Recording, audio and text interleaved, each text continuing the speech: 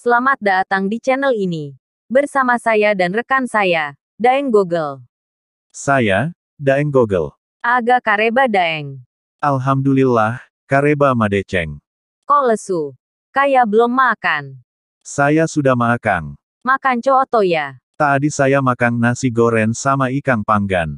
Wih, enak dong. Iya enak don. Baiklah. Apa yang kita sajikan untuk teman-teman di video ini, Daeng? Teman-teman sudah tahu dari judulnya, tinggal kita berpanjang lebar saja, hitung-hitung kejar jam tayang, iya Kaang. Kirain, kejar jamda. Kalau kamu lari saya kejar. Saya bukan janda, Daeng. Saya juga bukan duda dek. Aku nggak nanya, Daeng. Tapi, penting jiko tahu dek. Ih, gombal. Semakin panjang lebar tapi belum masuk ke bahasan video. Kasihan kuota teman-teman juga terkuras, Daeng. Silahkan dimulai, Daeng. Baiklah, sehubung dengan berkembangnya sistem informasi dan majunya teknologi, kita bisa dengan mudah mengakses berita terkini dan yang telah lampau hanya dengan gadget di genggaman. Maka bersama dengan itu, hari ini kita hanya bisa mengenang dan membaca berita atas kemenangan bersejarah di kualifikasi Piala Dunia pada tahun 1958. Sebenarnya, Indonesia pernah memiliki seorang pemain luar biasa yang membawa tim merah putih begitu ditakuti di Asia bahkan dunia. Namanya adalah Andi Rahman, pria kelahiran... Bukan Andi Rahman, Daeng. Tapi Andi Ramang. Oh iya, Ramang, Andi Ramang. Pria kelahiran tanggal 24 April tahun 1924 asal Baru, Sulawesi Selatan. Dia dikenal sebagai striker house goal dan piawai mencetak gol dengan tendangan salto. Kepiawaiannya melakukan tendangan salto didapat dari sang ayah. Ayahnya bernama Nyolo. Ayah Rahman dikenal sebagai ahli sepak raga dan sering melakukan tendangan salto. Rahman kecil kemudian meniru cara sang ayah menendang bola dan memperlihatkan bakatnya dalam dunia olah bola. Rahman memang sudah mulai menendang-nendang buah jerut, gulungan kain dan bola anyaman rotan dalam permainan sepak raga. Sejak berusia 10 tahun, ayahnya dikenal sebagai jagoan sepak raga. Sejatinya, Andi Anwar Ramang Daeng Rusli, terlahir dari orang tua yang bekerja sebagai abdi kerajaan. Waktu itu kerajaan-kerajaan masih berdiri di Sulawesi Selatan, atau sebelum Negara Kesatuan Republik Indonesia berdiri. Ayah Ramang yang berprofesi sebagai ajudan Raja Baru ke-18. Raja Baru pada saat itu bernama Jondo Karaeng Lembang Parang. Selain sebagai abdi kerajaan, ayah Rahman juga berjualan ikan di pasar. Jual oleh karena ikan apa? Ikan panggang atau ikan goreng? Iye jual ikan mentaji kodong. Kenapa kita nyai? Nah tidak bisa juga COD. Oh gitu ya. Silakan dilanjut. Baiklah. Oleh karena ayah Rahman sangat pandai bermain sepak raga, ketika itu sepak raga adalah permainan tradisional yang menggunakan bola yang terbuat dari rotan. Sekarang bola seperti itu disebut dengan bola takraw. Dalam permainan sepak raga, bola rotan ditendang-tendang ke udara tanpa boleh jatuh ke tanah. Sepak raga biasanya dimainkan oleh satu tim. Tiap tim sepak raga dipertontonkan dalam acara-acara kerajaan. Ramang kecil sering menonton pertunjukan sepak raga. Ayah Ramang pun turut serta bermain dalam tim sepak raga. Kala itu Ramang kecil sangat kagum dengan kehebatan sang ayah. Ia pun tertarik dengan sepak raga agar bisa seperti sang ayah. Sambil membantu ayahnya berjualan di pasar, Ramang juga mulai berlatih bermain sepak raga. Ia latihan, sedikit demi sedikit hingga akhirnya bisa memainkan bola raga dalam waktu yang lama tanpa jatuh ke tanah. Berkat keuletan dan rajin latihan, Ramang akhirnya menguasai permainan tradisional tersebut. Ia pun mengikuti kebiasaan ayahnya untuk bermain sepak raga saat acara-acara kerajaan berlangsung. Penonton saat itu beranggapan bahwa Ramang lebih hebat dari ayahnya. Selain sepak raga, Ramang juga berlatih bermain sepak bola di Sekolah Rakyat Sumpang Binangai, tempat Ramang bersekolah yang berhadapan langsung dengan lapangan bola. Keadaan sulit waktu itu, membuatnya berlatih mulai dari menendang gulungan kain yang diikat, buah jerut bali, sampai bola anyaman rotan pertamanya, sementara gaji ayah Ramang sebagai abdi kerajaan tidaklah banyak. Keluarga Ramang sama sekali bukanlah keluarga kaya. Di luar hari pasar, Ramang bermain bola mulai pukul 2 siang. Meskipun matahari masih sangat panas seperti pada jam-jam itu, semangat Ramang tidak terkalahkan. Ia akan memulai bermain bola dengan berlari-lari terlebih dulu di lapangan. Bola yang dipakai Ramang dan teman-temannya ketika itu masih bola karun. Orang Bugis menyebutnya golok karung. Atas kegigihan Ramang sejak kecil, cita-citanya sudah bulat untuk menjadi pemain sepak bola yang hebat. Jika tidak bermain di lapangan, ia memilih untuk berlari-lari di atas pasir pinggiran pantai yang tak jauh dari rumahnya. Jika merasa belum puas di pantai, ia berlari ke gunung yang masih berada di sekitar Sumpang Binangai. Kebiasaan Ramang berlari dan juga bersepeda sejauh 50 km bolak-balik ke pasar membuat kakinya sangat kuat. Tendangannya sangat keras. Ditambah dengan kemampuannya bermain sepak raga, ia pun menjadi lincah ketika membawa bola di lapangan. Bola itu seperti menempel di kaki Ramang. Lawan-lawannya kesulitan untuk merebut bola dari kakinya. Langkah awal Ramang meniti karir di sepak bola bermula saat ia bergabung di Bon Baru. Bon Baru adalah perkumpulan sepak bola di daerah Baru. Sekarang menjadi Kabupaten Baru. Saat itu usia Ramang sudah remaja. Saat remaja, setelah tamat sekolah rakyat, Ramang sudah tidak bersekolah lagi. Kondisi keluarga membuatnya sulit untuk melanjutkan sekolah ke jenjang yang lebih tinggi. Ramang mengisi hari-harinya dengan bermain bola dan tetap membantu ayahnya berjualan. Ramang menikah di usia muda dengan seorang perempuan bernama Sarinah. Untuk menghidupi keluarga barunya, Ramang kemudian membuka usaha warung kopi. Keterampilan Andi Ramang bermain bola semakin berkembang, dia dipuji oleh banyak kalangan, termasuk Andi Matalata. Andi Matalata seorang panglima TNI di Sulawesi Selatan ketika itu.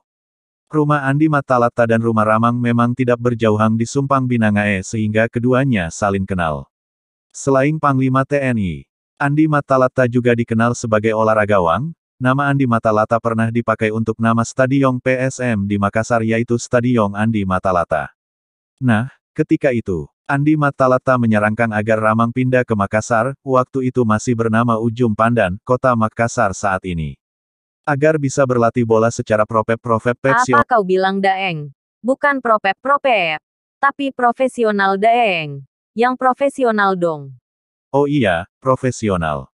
Andi Matalata melihat dan sangat yakin bahwa Ramang punya bakat lain daripada yang lain di antara anak-anak sebayanya ketika itu, bahkan yang luar biasa. Kemudian Ramang pun menuruti saja saran dari Andi Matalata. Akhirnya Ramang memutuskan untuk pindah ke Ujung Pandan dengan sebuah cita-cita bersama tekad yang bulat, berangkatlah dia.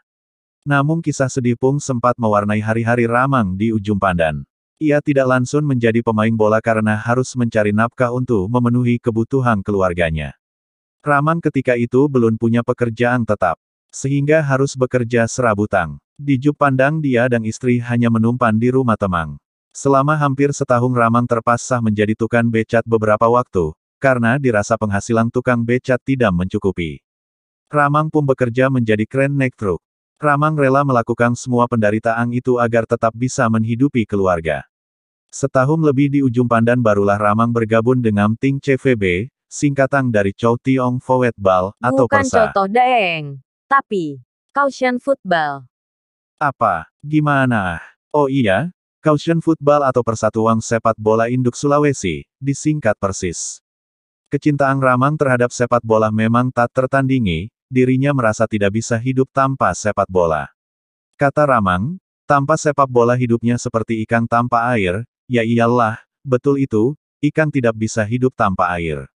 Untungnya, Sarinah, istri Ramang, sangat penyabar, dia ikhlas mendampingi suaminya dalam keadaan susah maupun senang.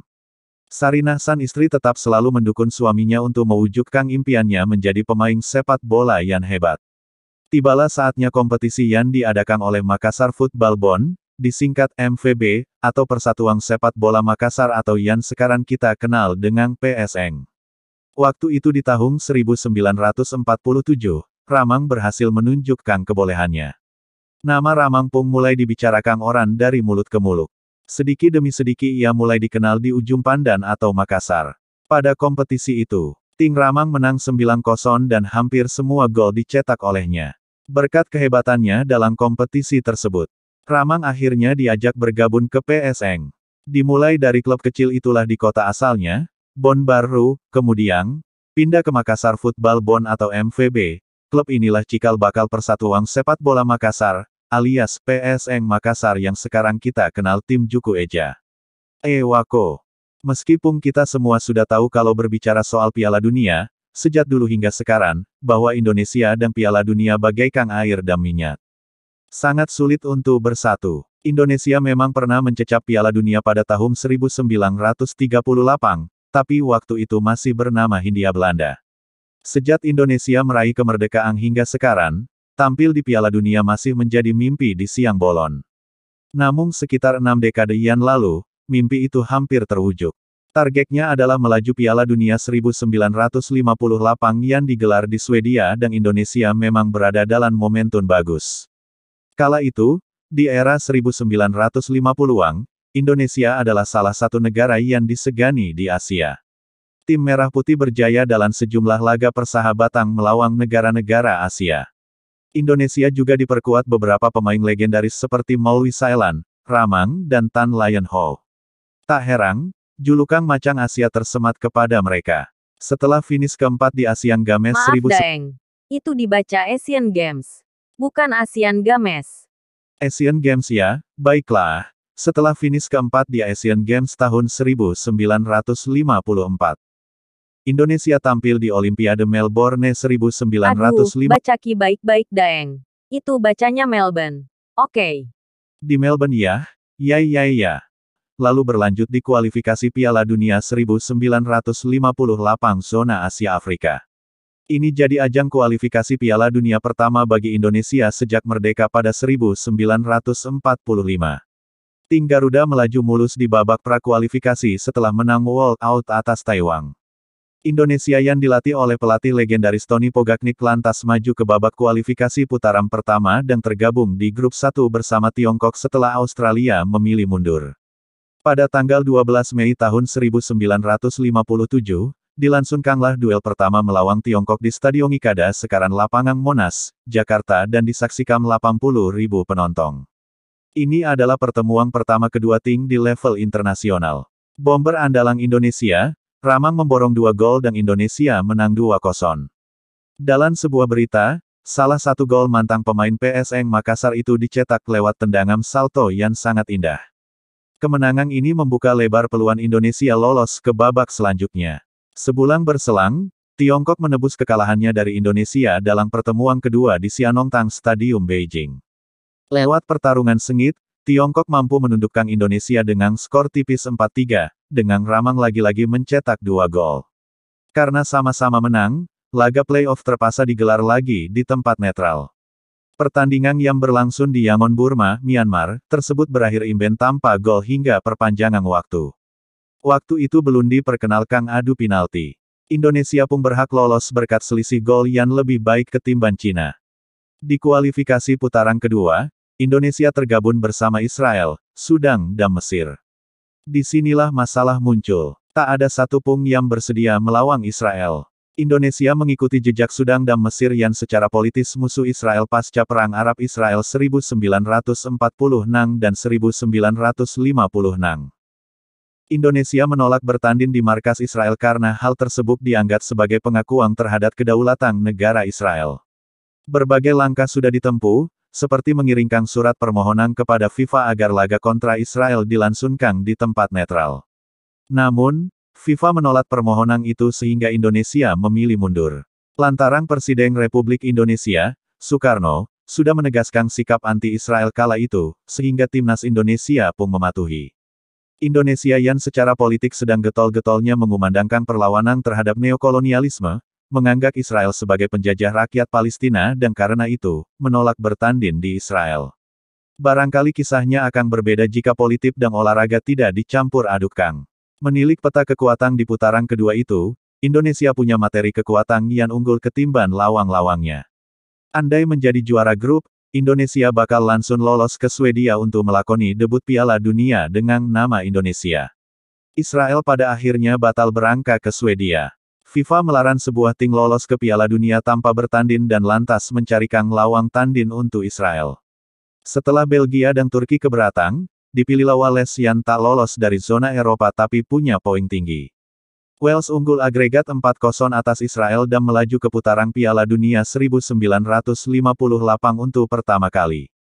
Indonesia sendiri memutuskan untuk vakum sementara dari kualifikasi Piala Dunia karena situasi politik di dalam maupun di luar negeri dan baru kembali berlaga lagi di kualifikasi Piala Dunia pada 1974. Indonesia dan julukan Macan Asia.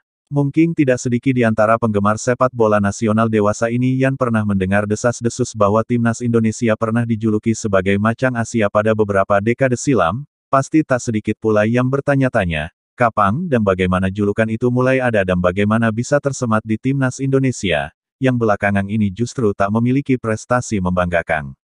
Tidak salah memang pertanyaan tersebut. Sebab pada hakikatnya, julukan timnas Indonesia sebagai Macan Asia tidak pernah benar-benar jelas berasal dari mana atau siapa yang mulai menyebutnya. Namun jika merujuk pada momen awal kemunculannya, julukannya sebagai Macan Asia ketika itu Indonesia tampil di ajang Asian Games 1954 di Manila, Filipina. Menariknya pada masa itu Asian Games sudah menjadi ajang paling bergensi di benua kuning. Kiprah Indonesia cukup mengkilat kala itu. Tim yang diarsiteki oleh Antun Pogaknik itu mampu tampil ganas dengan komposisi pemain muda.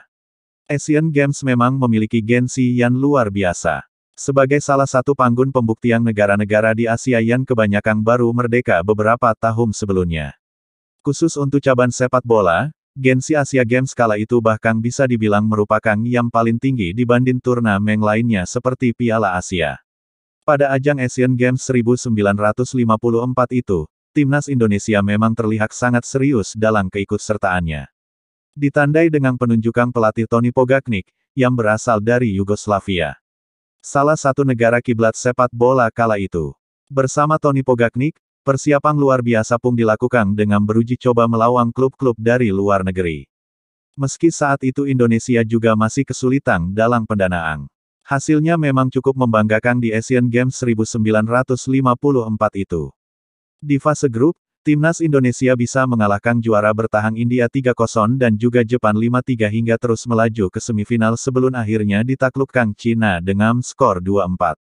Keberhasilan mengalahkan juara bertahan dan masuk semifinal itulah, yang kemudian membuat timnas Indonesia mulai disebut sebagai Macan Asia. 10 tahun lalu tepatnya tahun 2012, FIFA memuji Andi Ramang sebagai pemain sepak bola Indonesia terhebat. Dalam pernyataannya, FIFA menyebut pemain ini sebagai kunci sukses Indonesia saat menahan Uni Soviet 0-0 dalam pertandingan Olimpiade Melbourne 1956. Dikisahkan oleh FIFA, pemain lincah itu berulang kali harus ditarik atau dijegal oleh pemain Uni Soviet untuk mencegahnya mencetak gol. Kehebatan kiper legendaris, si laba-laba hitam, Lev Yashin, juga membuat penyerang Indonesia gagal mencetak gol. Pada partai ulangan, Uni Soviet melakukan strategi man-to-man marking terhadap Ramang. Uni Soviet akhirnya menang 4-0 dan terus melaju hingga akhirnya mendapat medali emas. Penampilan Indonesia waktu itu diakui FIFA sebagai salah satu hasil paling mengejutkan dalam sejarah Olimpiade. FIFA juga mengenang Ramang yang mencetak 19 gol dalam 6 pertandingan. Tahun 1954, timnas Indonesia memenuhi undangan di Hong Kong, Filipina, Muang Thai dan Malaysia. PSSI menang di semua pertandingan, dengan perbandingan gol mencolok, memasukkan 25 gol dan hanya kemasukan 6 gol. Hebatnya, Ramang mencetak 19 gol. Saat imbang lawan Tiongkok, Indonesia hampir lolos Piala Dunia. Sebagaimana diketahui, sebelumnya kedua tim telah bertemu secara home dan away. Dalam pertandingan pertama, tanggal 12 Mei tahun 1957 di Jakarta, timnas asuhan Tony Pogaknik berhasil mengalahkan Tiongkok 2-0. Saat itu, kedua gol timnas diborong Ramang. Sementara dalam pertandingan kedua, tanggal 2 Juni tahun 1957 di Peking, Maui Thailand DKK, harus mengakui keunggulan tuan rumah Tiongkok 3-4. Pada masa itu belum diterapkan agregat gol sehingga kedua tim dipertemukan lagi dalam pertandingan ketiga atau penentuan pada tanggal 23 Juni tahun 1957 di tempat netral. Karenanya timnas Indonesia pun berhasil meloloskan diri ke babak selanjutnya untuk melawan Israel. Sayang sekali, karena tidak ada hubungan diplomatik, Indonesia enggan bertanding melawan Israel sehingga potensi Indonesia lolos ke Piala Dunia untuk pertama kalinya terganjal. Dan pada akhirnya, Israel pun gagal lolos ke Piala Dunia 1958 karena kalah dari Wales dalam pertandingan playoff. Berikut ini 8 pernyataan FIFA tentang Andi Ramang. Pernyataan FIFA yang pertama. Cristiano Ronaldo dan Lionel Messi sudah ada sejak 1950-an. Bernama Andi Ramang. Berasal dari Indonesia yang pernah membuat kiper terbaik sepanjang masa Lev Yashin jatuh bangun menangkap bola. Pernyataan FIFA yang kedua. Ramang. Tingginya hanya 156 cm tapi bagi para pemain atau lawan yang berbadan jauh lebih tinggi, besar dan kekar, Ramang adalah si kurcaci pembunuh. Pernyataan FIFA yang ketiga. Ialah pemain yang pernah mengejutkan dunia. Dengan kelebihan tendangan yang keras, skill dan dribbling luar biasa, serta heading mematikan, itulah hal istimewa yang dimiliki oleh legenda besar sepak bola tim nasional Indonesia, Ramang. Pernyataan FIFA yang keempat. Kaki Ramang sangat kuat, seakan sulit untuk dicederai. Yashin adalah saksi bagaimana pemain ini menunjukkan kemampuan luar biasa. Kalau saja bukan karena ketangkasan Lev Yashin, mungkin Uni Soviet sudah dipermalukan oleh Indonesia melalui Ramang. Pernyataan FIFA yang kelima. Saat memperkuat timnas Indonesia, Andi Ramang yang identik dengan kaos nomor punggung 11 pernah mencetak 19 gol hanya dalam 5 pertandingan. Itu terjadi pada 1953 ketika Indonesia tampil di suatu turnamen di Asia. Pernyataan FIFA yang keenam. Tidak hanya Uni Soviet dan Lev Yashin yang kewalahan menghadapi Indonesia dengan Ramangnya, tapi Jerman Timur juga pernah merasakan ketangguhan si macan Asia Indonesia, bahkan Jerman Timur hampir saja kalah. Pernyataan FIFA yang ketujuh. Jika ia muncul di era sepak bola masa kini, bukan tidak mungkin ia akan diperebutkan banyak klub-klub besar, dan mungkin penghargaan Ballon d'Or akan ia dapatkan. Dan ini pernyataan FIFA ke-8. Kami mengakuinya. Ramang sebagai pesepak bola hebat yang pernah ada, yang berasal dari Makassar, Indonesia. Mungkin suatu saat akan muncul Ramang yang lain. Redaksi SOS FIFA. Ramang, begitulah sapaan yang akrab kepada pria bertubuh kecil dengan tinggi tak sampai 160 cm ini. Seorang penarik becat dan buruh serabutan yang memiliki kemampuan sepak bola luar biasa yang membuatnya begitu dikagumi banyak orang dan disegani para lawang.